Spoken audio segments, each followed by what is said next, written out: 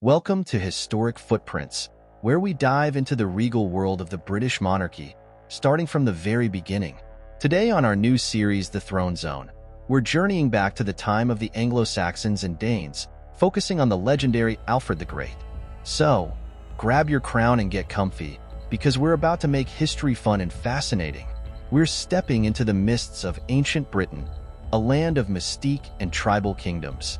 Ancient Britain was inhabited by Celtic tribes who revered nature, practiced druidic rituals, and thrived in a world steeped in tradition. However, the peace of these lands was shattered by the arrival of a new people, the Anglo-Saxons. The Anglo-Saxons were a diverse group of tribes united by a common Germanic heritage. They included the Angles, Saxons, and Jutes, who crossed the North Sea in the early 5th century AD in search of new lands and opportunities. They brought with them their language, customs, and fierce warrior culture. Settling in various regions of Britain, they established kingdoms with their own laws, traditions, and rulers. But it wasn't just conquest and conflict that defined this period. Amidst the chaos of migration and settlement, a new social order began to emerge, one that would shape the future of Britain for centuries to come. Through a delicate balance of power, loyalty, and kinship, Anglo-Saxon kings rose to prominence, ruling over their realms with the support of warrior elites and tribal assemblies. The road to monarchy was fraught with challenges: Viking invasions, internal strife, and the ever-present specter of war. Yet, amidst the chaos, the institution of kingship endured, evolving and adapting to meet the changing needs of the age.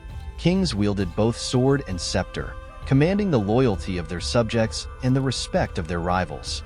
As we peer into the mists of ancient Britain, we catch a glimpse of a world in flux, a world where the legacy of the Anglo-Saxons lives on, shaping the destiny of a nation and laying the foundation for the monarchy we know today.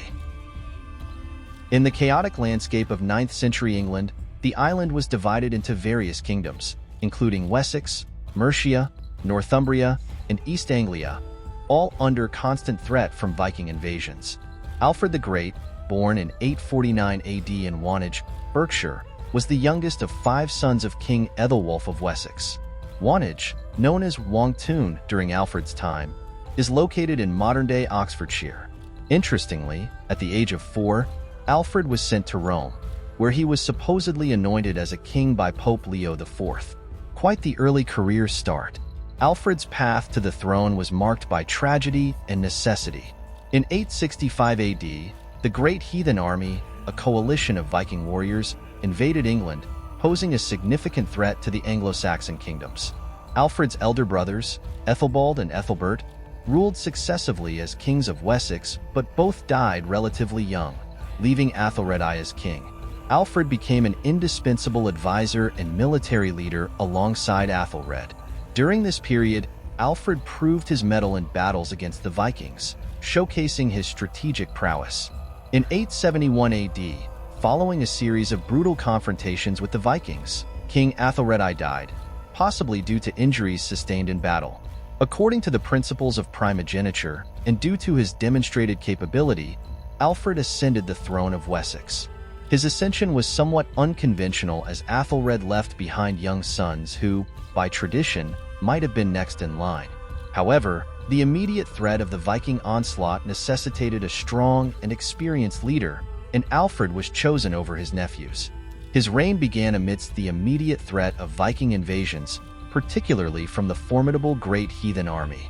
Alfred rose to the challenge by implementing significant military reforms, including the creation of a network of fortified towns to defend against Viking attacks. These were located at strategic points, with some evolving into modern towns such as Oxford, which was Oxneforda in Alfred's time. He also established a navy, earning him the title of Father of the English Navy. A quirky legend about Alfred tells of an incident where, while hiding from the Vikings, he took refuge in a peasant woman's home. She asked him to watch her cakes, but he let them burn while thinking about his kingdom. The woman scolded him, unaware that he was the king. Alfred wasn't just a military strategist, he was also a legal reformer. He compiled the Doom Book, a set of laws combining Mosaic law, Christian principles, and Germanic customs. He promoted learning and literacy, translating important texts into Old English and founding schools. Despite suffering from a mysterious illness, thought to be Crohn's disease or hemorrhoids, Alfred remained a resilient and effective leader. On the personal front, Alfred was married to Ealhswith, with whom he had 5 children. His family played a crucial role in continuing his legacy. Alfred's thoughtful nature was evident even in his death. He left behind a will detailing the distribution of his wealth. He passed away in 899 AD and was buried in Winchester, known as Wintoncester during his time, leaving behind a legacy that laid the foundation for a unified England.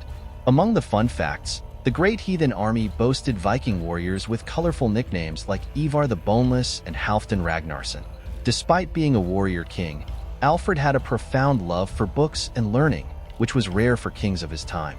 Alfred the Great's reign laid the foundation for a unified England.